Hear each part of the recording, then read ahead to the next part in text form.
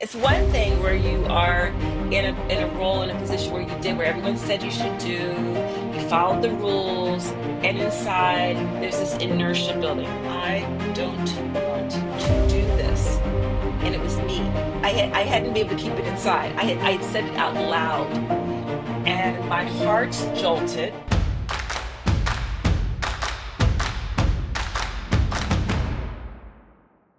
I'm here today with Dr. Natalie Nixon, who's an extraordinary thinker, teacher, coach. Just got done recording some new classes for LinkedIn Learning, which is what a wonderful tool and resource that is for all of us. But Dr. Nixon, tell us, how do you spend most of your time now? I know you speak a lot, you write a lot, you teach a lot, and you coach and consult. How do you mix up all those activities? And does it seem to you that it's too much, or do you have the right balance? What's going on in your world? Well, funny that you should ask me if I think it's too much because the courses that I just recorded for LinkedIn Learning, one was about managing your energy, your human energy in a time of so much technology. So I would say about 60% of my time is devoted to global keynote speaking, and 40% is content creation. And content creation in the form of micro courses. So in addition to platforms like LinkedIn Learning, I just started launching my own proprietary courses. I have a new course called What to Do When You Don't Know What to Do. I essentially get paid to think, speak, and write, which ironically is what I was doing when I was a professor some years ago. I'm just doing it very differently And for a different pay scale. for a very different pay scale. And I've had to learn how to uh, teach in ways that make sense for people on their terms, on their own time. You know, if you spend even a little bit of time in higher education, you know that it does tend to be more faculty centered, and a lot of the future of learning is much more about micro learning, figuring out ways to make it more experiential, and I have a lot of fun doing that. It's so interesting you say that. Take me down that path a little bit further, if you would, Dr. Nixon. You taught for 16 years at Thomas Jefferson in Philadelphia, so you know of what you speak in terms of academia and how it's structured. But the whole idea of micro learning, the different ways we learn, I just said to someone in the past week that I find I listen to very little music in the car anymore or anywhere. And the reason is, even though I'm a broken down old dog, I'm so excited about the opportunity to continue to learn and learn new things that if I almost feel like I'm cheating if I listen to music because I could be learning something. And there's so much good content, whether it's your courses on LinkedIn Learning. I'd be interested to hear some other proprietary materials that you're developing, how people might access that. But do you come across that a lot, that people are just, wow, there's so much I can learn and there's so much availability? Do you find people need to balance out that? Because you teach creativity and you teach people how to organize their time. And so I'm curious how you think about it and how you organize yours. I do. I agree with you. I, like you, in finding that I consume a lot of books more orally by listening to them. I love Audible. I was an early customer of Audible. When Don Katz founded the company, I quickly became a subscriber. I don't know, is that 20 plus years ago? Probably is. But I consume books on Audible. And now all the short form viewing, my attention span is really narrowed. How about yours? Mine as well. I have a theory. I think the reason why so many of us have fallen in love with podcasts, with listening to books, and number one, there are time constraints in our lives, right? So we fit it in where we can get it in. That's part of the reason. And I also think on a very visceral, emotional level, if we were blessed and fortunate enough to be raised as children in environments where we were read to, there's something very familiar and calming to being read to and listening, and so much of humanity culturally was derived from oral cultures in Europe, certainly throughout Africa and Latin America. So there is something wired in the human consciousness to listen and to hear, and I think things stick, maybe not better, but in a different way. So I think that's part of what's happening as we listen to so much more content. I love it. I think it's wonderful to give people options to consume new information visually, orally, to be able to sit and read. I personally find that I need to sit and hold a book of fiction. There's something really comfy about sitting down and reading a good work of fiction. But nonfiction, I love to consume it while going for a walk, doing errands in the car, doing chores around the house. So I, like you, have started to really consume it that way. And companies are listening to that and responding to that. It's so interesting when you talk about how we start to learn as very young children versus the written word, obviously, and how that has a calming influence on us, and how it probably does carry over into adulthood in terms of how we're comfortable consuming content. But the other point about books, listening to books or listening to a podcast, books in particular, they're not just read anymore, they're performed. These really good performers of audio books really make the subject come alive. The accents they do, the different voices they do, the tonality, they're performers.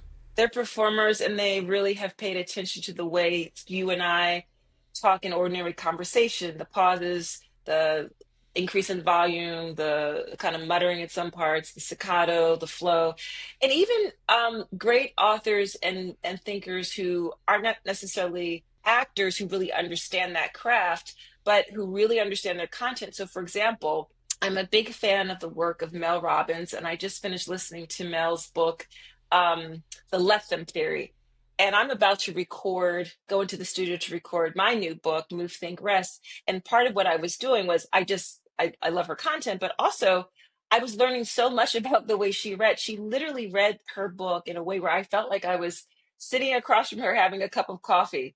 And that is real talent, to know that you're not just dictating words off of a page. If to give the words meaning, there's certain emphasis and questions that you have to have in your voice, and softening, and then, like, really expressing through your voice. And I think physically, I know for me, when I do audio recordings, I'm standing, I am moving my body in a way, and it translates through to the voice. So I think those authors and writers, that's not my jam, I'm not very good at that, hire an actor, because then the impact of your content will really stick. Now, when you're preparing for a public address, what's your prep method? How long out are you thinking about it? You'll have parts of the content that you've done before, but now you're going to tailor it or emphasize different pieces of your work, different blocks of your content. How do you prep for a presentation? It's interesting because I'm a very visual person, very oral. I never write out keynotes. I get nervous if I do that. It makes me feel constrained. What I do is I know where I want the plane to land, so to speak, metaphorically speaking, and I have touch points. And I tend to design my keynotes really into two parts. Part one is the why. It's really to build the case for why I'm saying to an audience of bankers or insurance agents or attorneys or coders, why creativity is not a nice to have, it's a must have. It is essential for our future of work productivity and innovation. To knowing that I'm coming in with what may sound like a bit of a far-fetched concept, part one is just building my case through story. And I've gotten a lot more personable in how I share this content, because I used to be, Jim, really um, insecure about leading with creativity, even as a self-proclaimed creativity strategist, because I understood that most people think of creativity only in the realm of the arts. And so I would lead with data and research and case studies.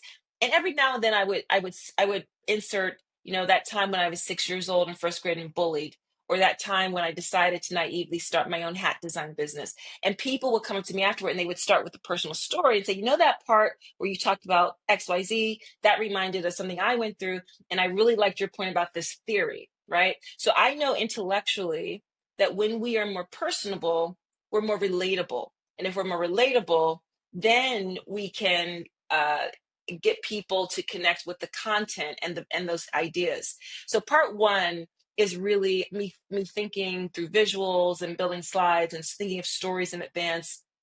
How am I going to build this case? Part two is to get really practical and tactical. Okay, so these are kind of esoteric ideas. What does this mean in real life?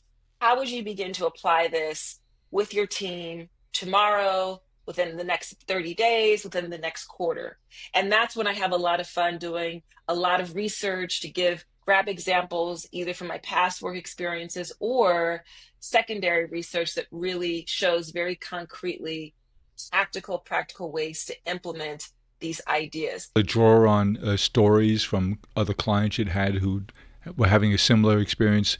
Maybe you can use the real names, maybe you have to anonymize it, but do you draw on those experiences? I absolutely do. I absolutely do. I draw on those experiences. I worked in the fashion industry and global sourcing, as you already mentioned. I did that for a division of the limited brands and lived and worked in Sri Lanka and Portugal, was a professor for 16 years. I have a background in cultural anthropology. I'm a lifelong dancer. So in total, how many years did you spend living abroad between those 5 different countries? Um, in total, that was probably about 3 years all in.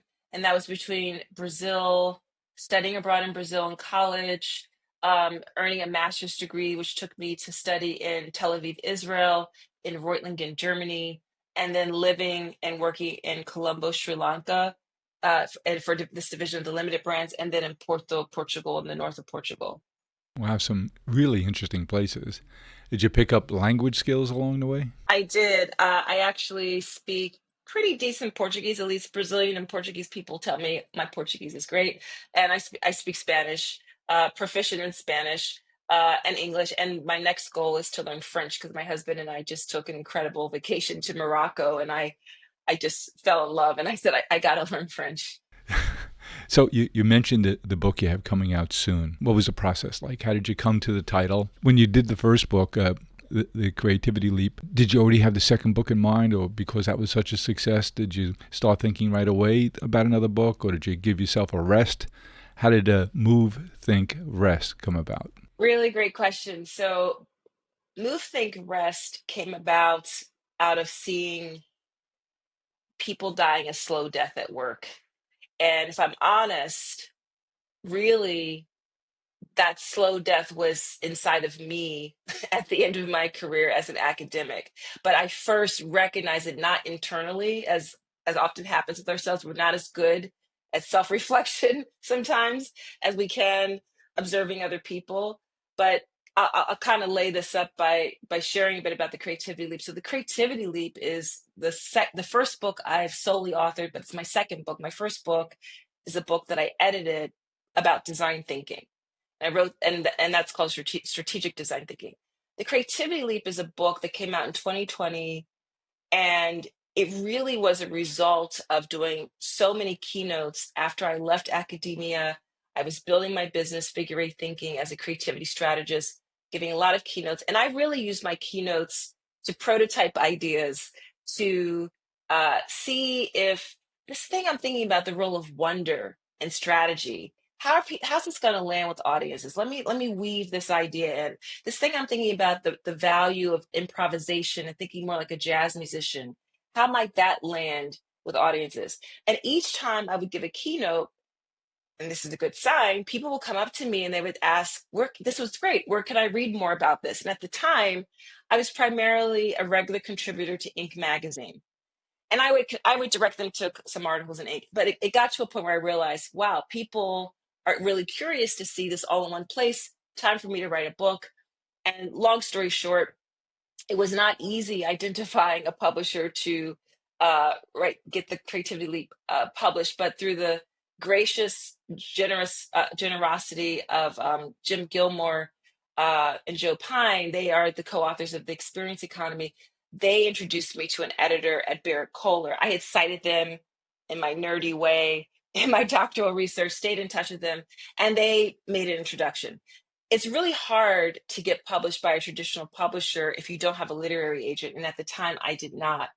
But writing the Creativity Leap was this catalyst to give me some street cred, right? So when you're able, there's a reason why not everyone writes a book. It's hard. It's not always fun and enjoyable, but once you get it out there, it gives you some street cred. It gives people an anchor and a place where you've collated these ideas.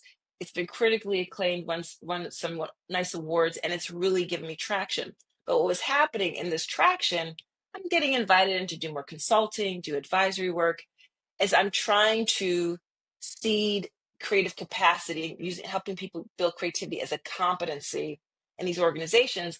Seeing these roadblocks, I'm seeing everything from, we've always done it this way. We tried that. We tried that in 1975. It didn't work. Exactly. And really, but what that is about is an inability to suspend judgment, shift your mental model, even if temporarily. Look at it as an experiment. If you don't like it, you can always go back to the old way of doing things. But in my experience, when we are able to shift our mental model, we can shift culture, we can shift behavior, excuse me, and then that shifts culture. Anyway, I'm observing all of these cultural speed bumps in organizations, and people really on the sideline, admitting they're not very happy. They wish things were different in their organization. And at the same time, I was able to, in my work, really begin to slow down. It was this interesting paradox where I was working constantly as an academic, really starting to feel burned out. And now, in building my own company, I had so much drive, so much energy. I was really, building my own reality in the ways that made sense for me. I was spending more time dancing. I discovered I love open water swimming, and I started to connect the dots between my ability and my own work to pause more, to rest, to travel. But it would have been easy to just continue. You're a young academic. You achieved so much academically in your own studies. Now you're teaching. It would have been easy just to stay on that path. It took quite a jolt to say, I'm going to walk away from that because this is what everyone else is trying to get to. And you have a very predictable life. But then to move on and decide you're going to start your own business, cut the umbilical cord, and take up ballroom dancing, open water swimming. All of a sudden, what bomb went off? That's a good word for it. And you're right. After I left academia, my mother every other month would say to me, "Are you okay? Are you sure? Do you think you should have left?" I'm like, "I'm great." Right. So people thought I was crazy to leave what appears to be a safe, predictable, but right. And here's the thing. What do you do when all of a sudden your dream job is no longer so dreamy? It's one thing where you are in a role, in a position where you did where everyone said you should do, you followed the rules, and inside there's this inertia building. That's one crossroads, right? But what do you do when you actually, I mean, I have example after example of making leaps. I mean, there's no accident that I lived in 5 different countries, right? So I have that predilection. But all of a sudden now I'm in this place where I worked so hard to get here, and my intuition, my heart was telling me this is not it. And this was the moment that happened for me.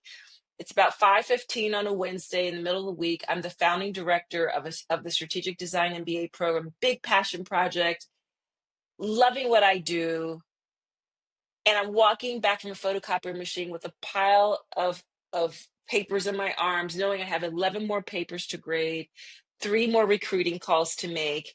Have to call my husband to let him know that I'm actually going to be a little late for dinner, not going to be able to do what we had planned on. And as I'm walking down the hallway to my office, which is a beautiful office, great new modern building, all the things, I hear someone say out loud through gritted teeth, "I don't want to do this." And it was me. I hadn't been able to keep it inside. I had said it out loud, and my heart jolted. That was the bomb. I open the door, I walk into my office, and I sit myself down, and I just said, "Uh-oh."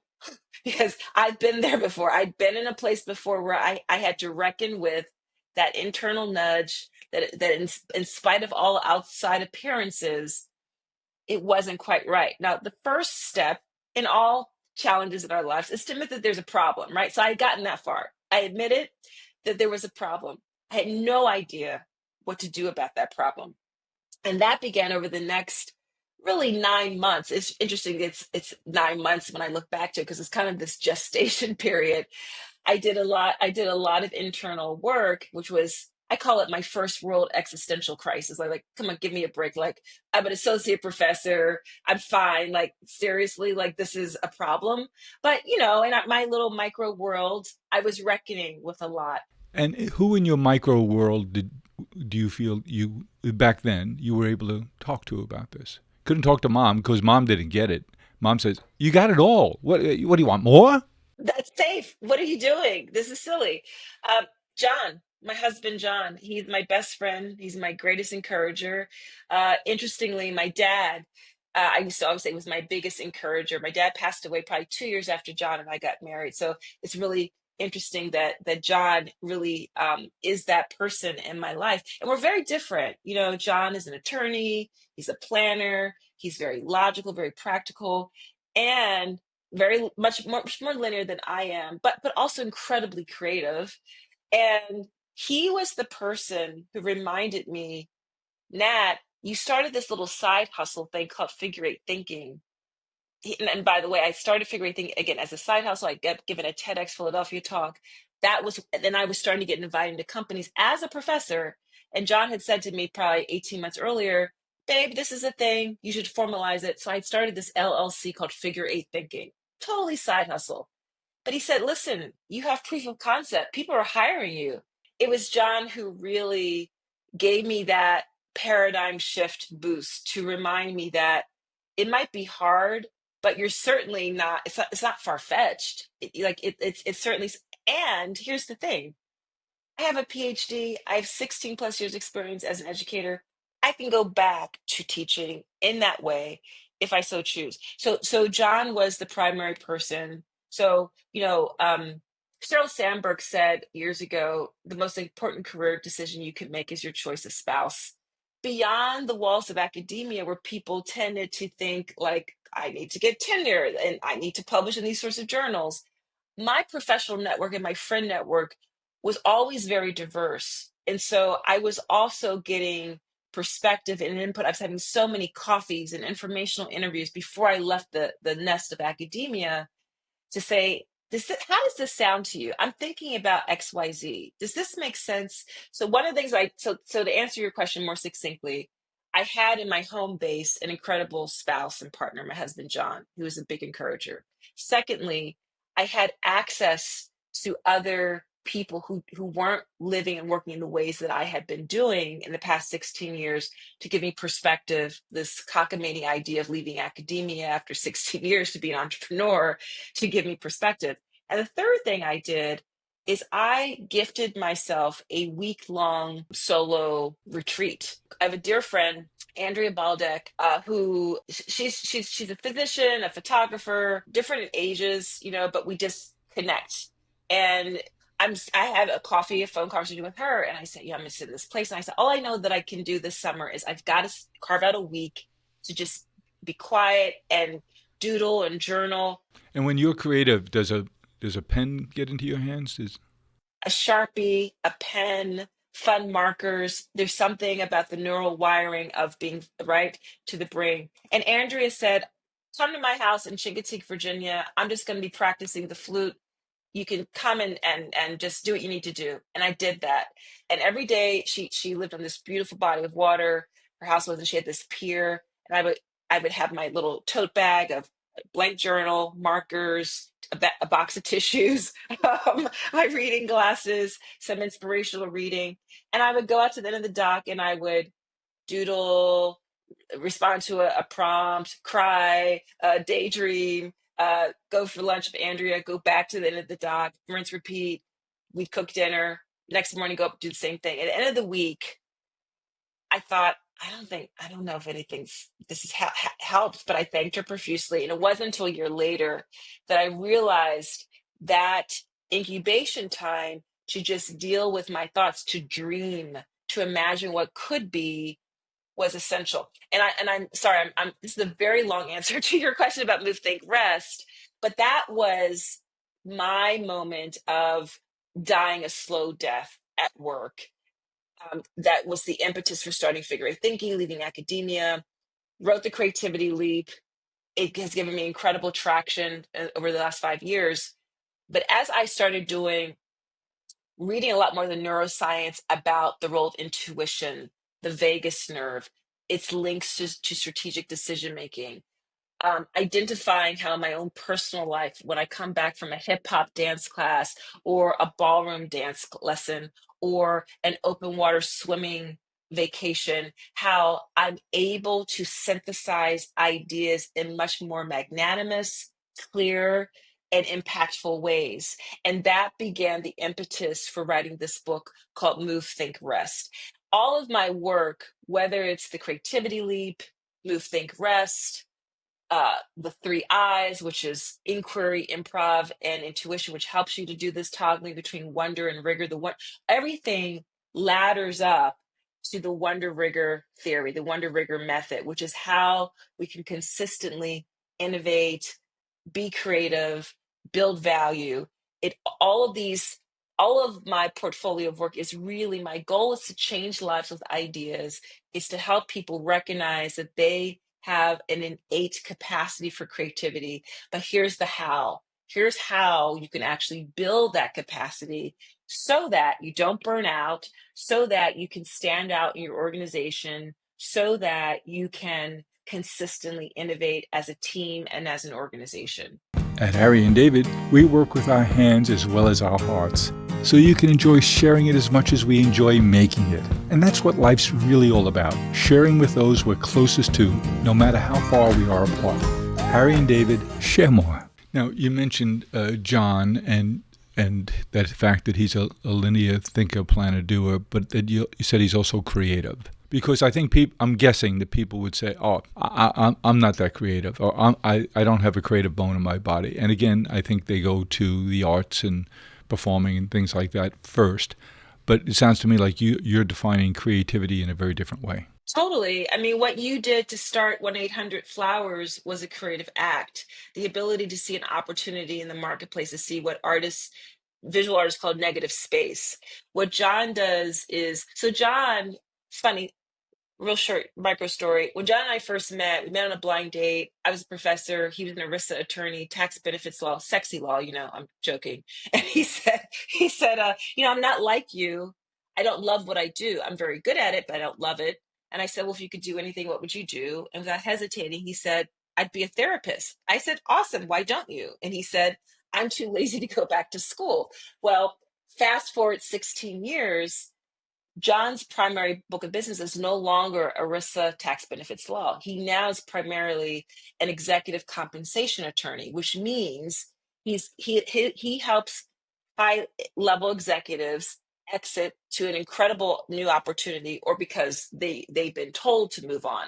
And so he's talking people down from the tower every day. He's every day helping people deal with their insecure conflicts about, do I deserve X amount of money, right? So he loves what he does now. And what I've observed about the creativity in his work is that it is totally this paradigm of wonder and rigor. He has the rigor of being an excellent attorney, knowing the law, knowing tax code, and he has the wonder to be able to circle a singular issue from multiple perspectives, different angles, to reframe. And that's wonder, the act of reframing an issue and being able to see it we've been looking at it straight on in this way. What happens if we just shift 7 degrees? What happens if we shift, a total 100 and 100 degrees? How does the aperture shift? And I've observed him do that every single day, because if he only uh, was leading with the law, but not with his high EQ, not with his ability to ask new and different sorts of questions, not with his ability to tap into past experiences professionally, as well as anticipate what the other side might say. These are creative acts because they are totally embedded in him really diving into wonder, asking what if, asking why, but also the rigor of his practice. So that he's a great example of someone who may not necessarily initially self-identify as creative, but the work that he's doing is absolutely 1,000% creative work. Hi, I'm Jim McCann. And I'm George Everly Jr. Together we embarked on a quest to co-write Lodestar. That journey began with countless hours of researching the most impactful self-help books out there. Once we had our picks, we combined the science with the practical. The result of our journey? The creation of a one-stop shop for the best of the best in self-help. So if you're looking to boost your career, build stronger relationships, or simply become the best version of yourself, Lodestar is here to guide you on your path. That's very helpful. Tell me, it seems to me that a recurring theme in everything you've done that I know of now in your life is all about being a lifelong learner. Your journey spans fashion, anthropology, design, teaching, speaking, strategy. How did you become? What was it in your early years? What is it in your recent years that's made you such a lifelong learner? And obviously it's been contagious because you've infected John. I really have to go back to my parents. My parents are two people who seeded in us curiosity and learning. So I'm the big library kid in Philly. My mom took us to the library like 2 or 3 times a week.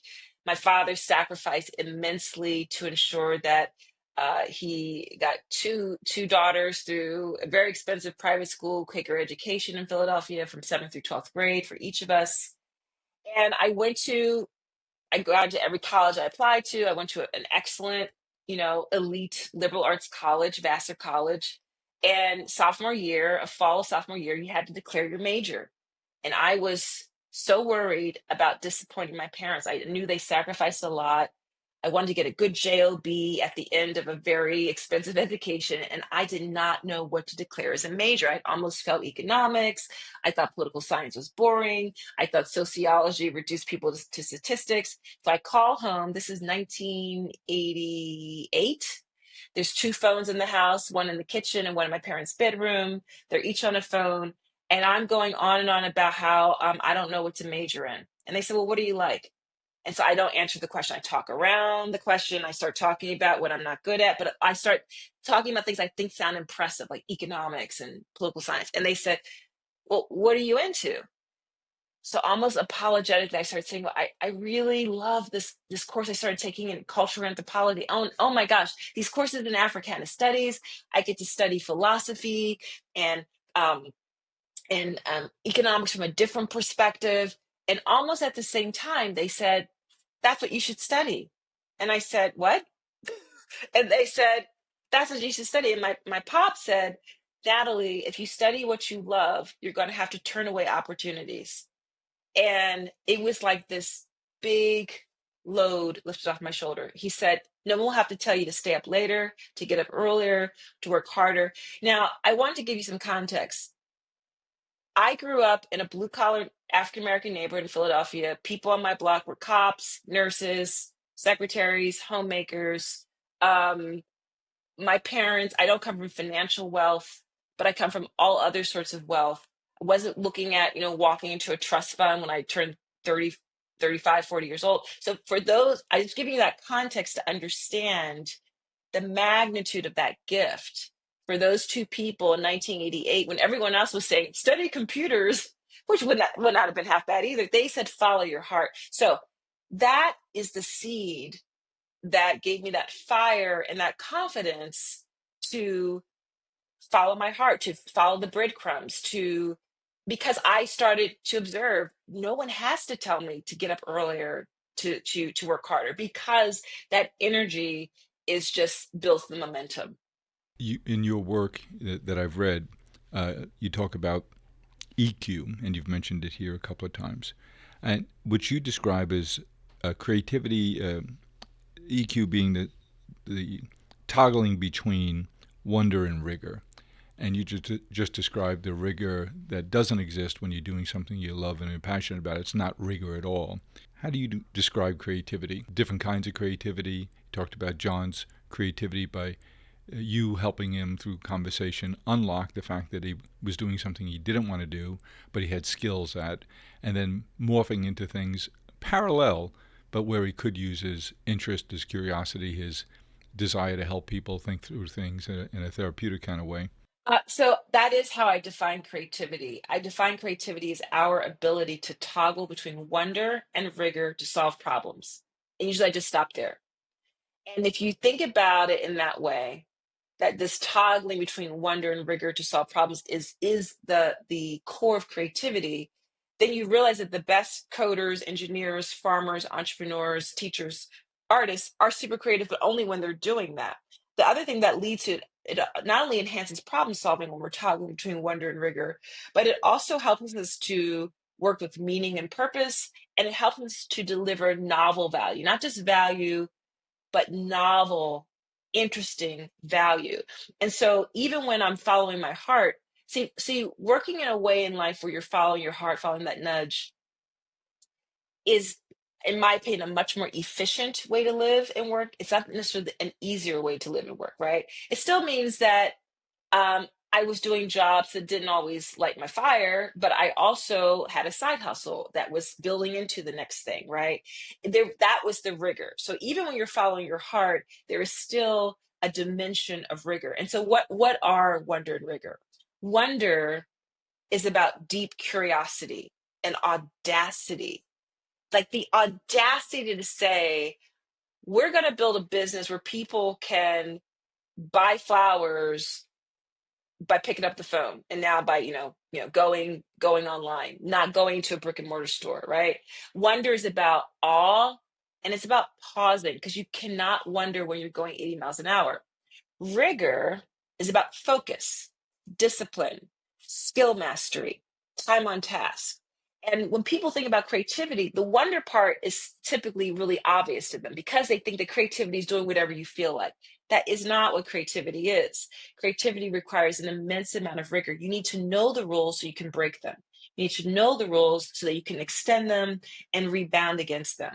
So all great musicians, dancers, scientists, entrepreneurs had to learn the rules so that they can see, oh, what's a little bit beyond the corner? What if I try this instead of that, right? Who's someone else outside of my sector who's doing this in an interesting way?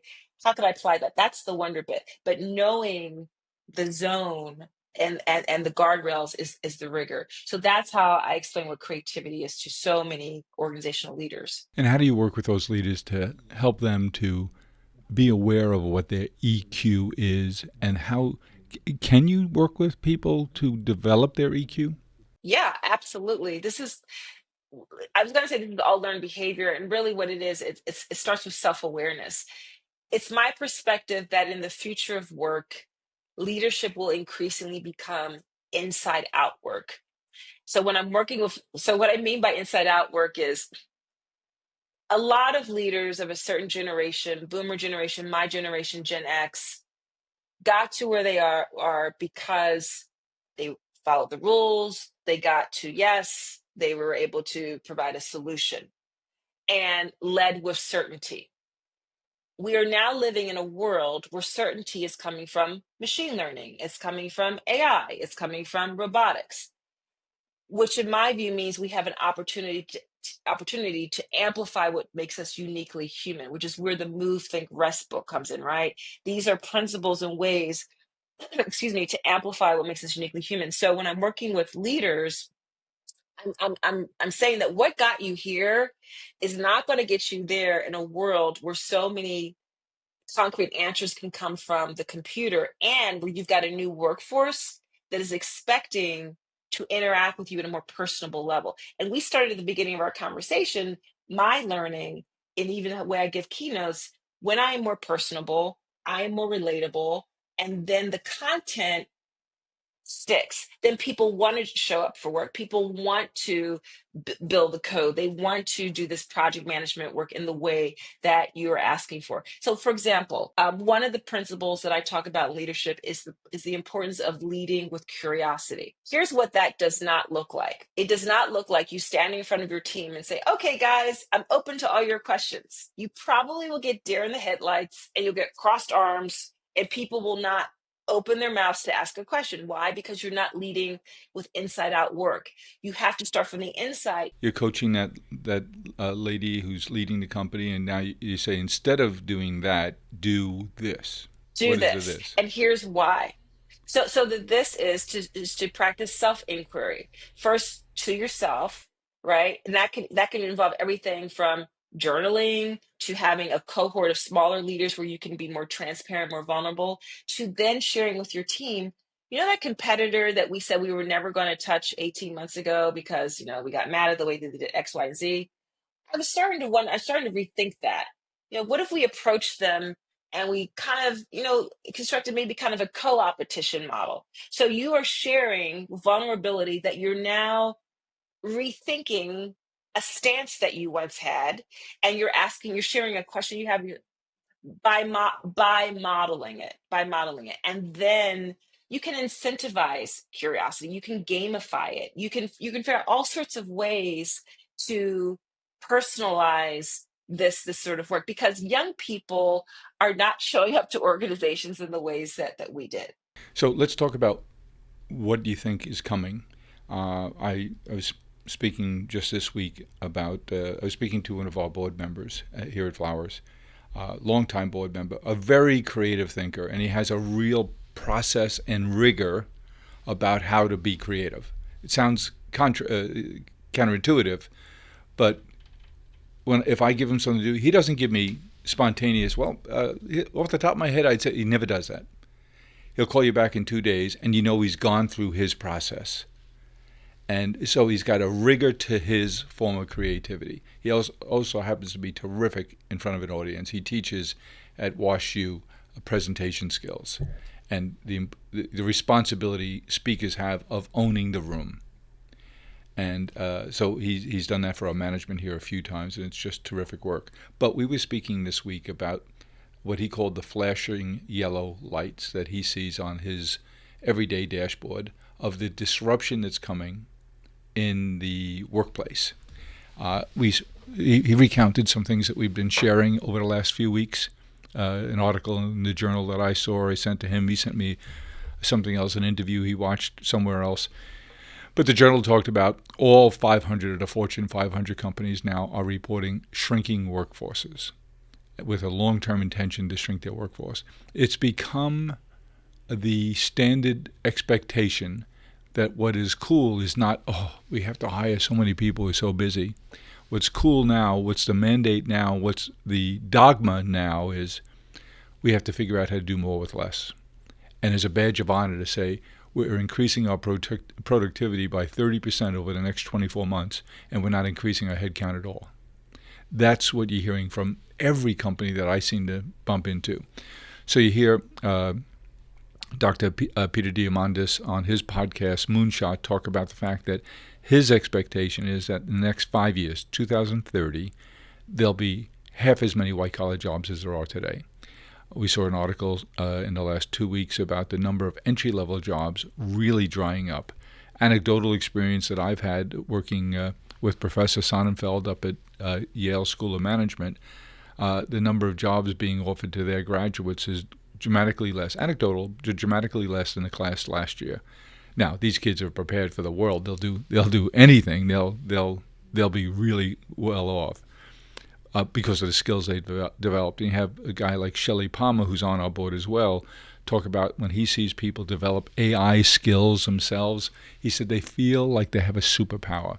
They're not afraid of being disrupted in their job because they know they're extremely employable, or they can hang out a shingle, or they can consult, or they can teach. They can do all of those things because they've developed those skills. So how will AI contribute to this disruption in the next 1, 2, 3, 4, 5 years?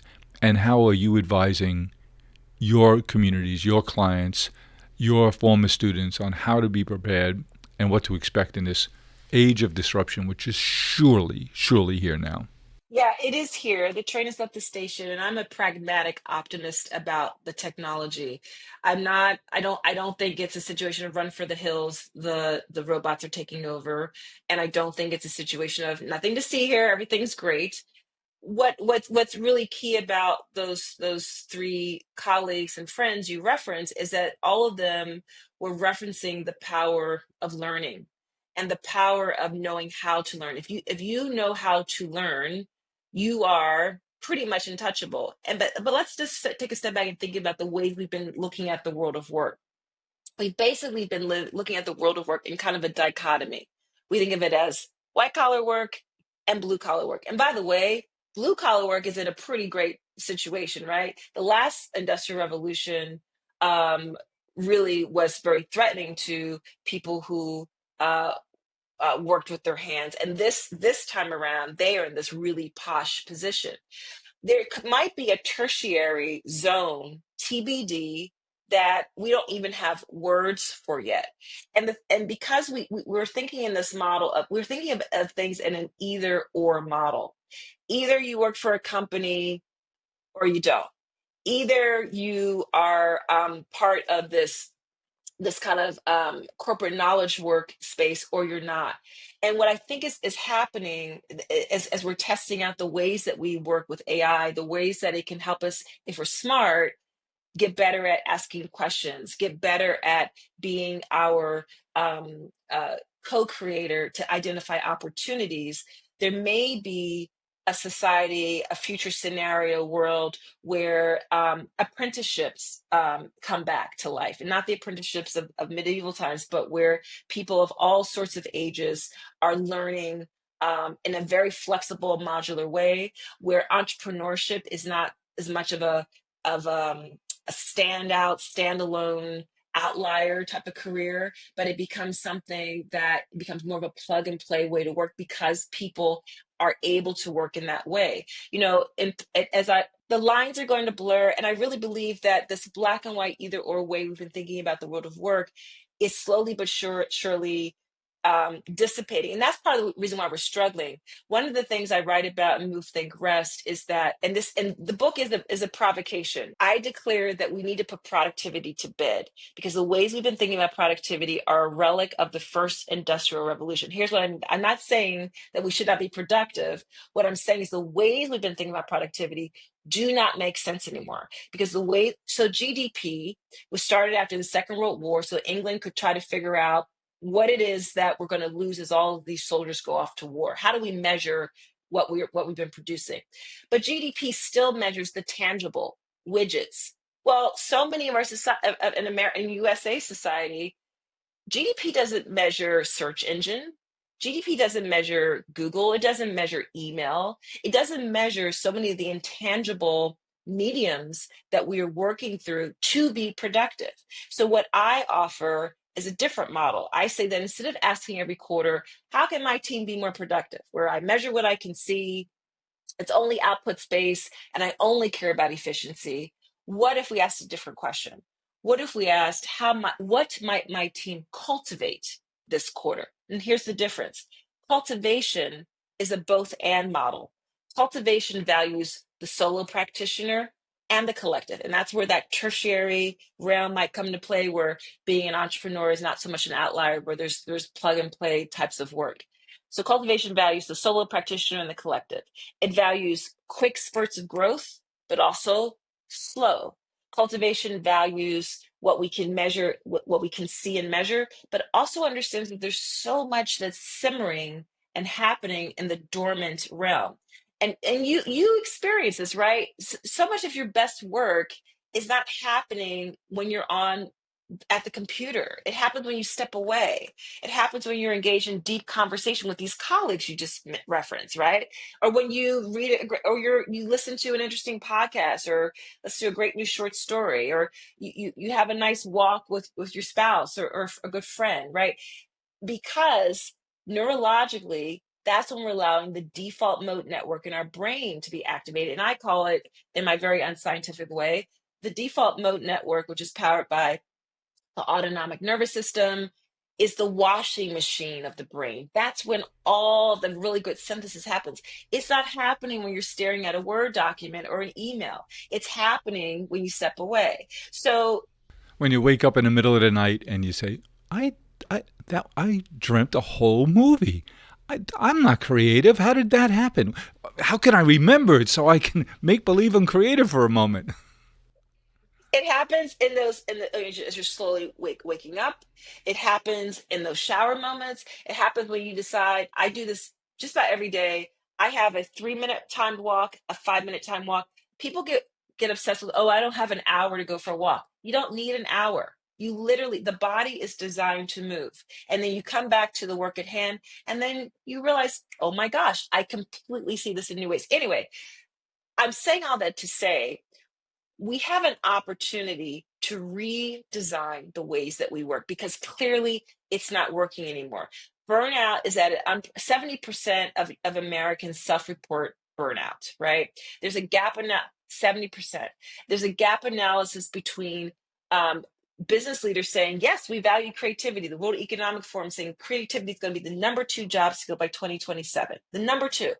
And at the same time, research is showing that people are reporting that they don't get an opportunity to build their creative capacity. This framework of movement, thought, and rest helps individuals, teams, and organizations to spark all of those things, so that your team can come up with much more dynamic solutions, so that you can innovate more consistently, and so that you build creativity as this competency, not as this afterthought in your company and in your work. Wow. There's so much there to unpack. Unfortunately, time doesn't permit it, but I've made so many notes here about things I want to follow up with you on, or at least give a lot more thought to. Dr. Nixon, how would someone in our audience get in touch with you to find out about how they can follow you, find out what classes you're teaching, your proprietary work, your speaking, your consulting? Do they go to Figure 8 Thinking? Yes, that is the best place to go. Figure 8, the number 8, not spelled out, figure8thinking.com. They can email me, Natalie, Natalie, at figure8thinking.com. And most definitely, they should start following me on LinkedIn. I share a lot of content, a lot of practical tips on the LinkedIn platform. And they should start signing up for the Wonder Rigor newsletter, which is complimentary. It's monthly. You can access my courses, and I'd love to hear from people. I How do also they sign would up love, for the especially, Wonder Rigor newsletter? just go to figure8thinking.com, and there will be a link at the bottom of each page to sign up. And they should certainly follow you on LinkedIn, where you're in California right now, having done a couple of more LinkedIn learning sessions, recorded a couple of new ones. You're just an example of why I love this technology, this Zoom technology, this Audible learning podcast. It's just to be able to tap into someone like you and learn so much in an hour's time is just what a treat. But you re-educated me in terms of how to think about this disruption that's coming. But you also left me with a bit of wonder about what we do as a company.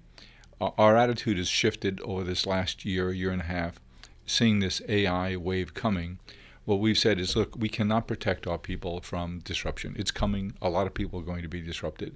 But what we can do is expose you to people like Dr. Natalie Nixon and her work on LinkedIn to develop your own way of thinking, to develop your AI skills so that you have that superpower yourself. You develop everything we can do to help you to develop personally and professionally, because you're likely to get disrupted.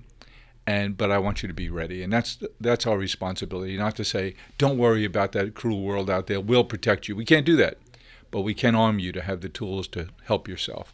And that's how our thinking has shifted here at the Flowers Companies in the past year and a half or so. And now to be able to encourage them to look you up on LinkedIn and take your courses is just another arrow in our quiver of fresh university here. Thank you, Dr. Natalie Nixon, for spending your time with us today. You're a treasure.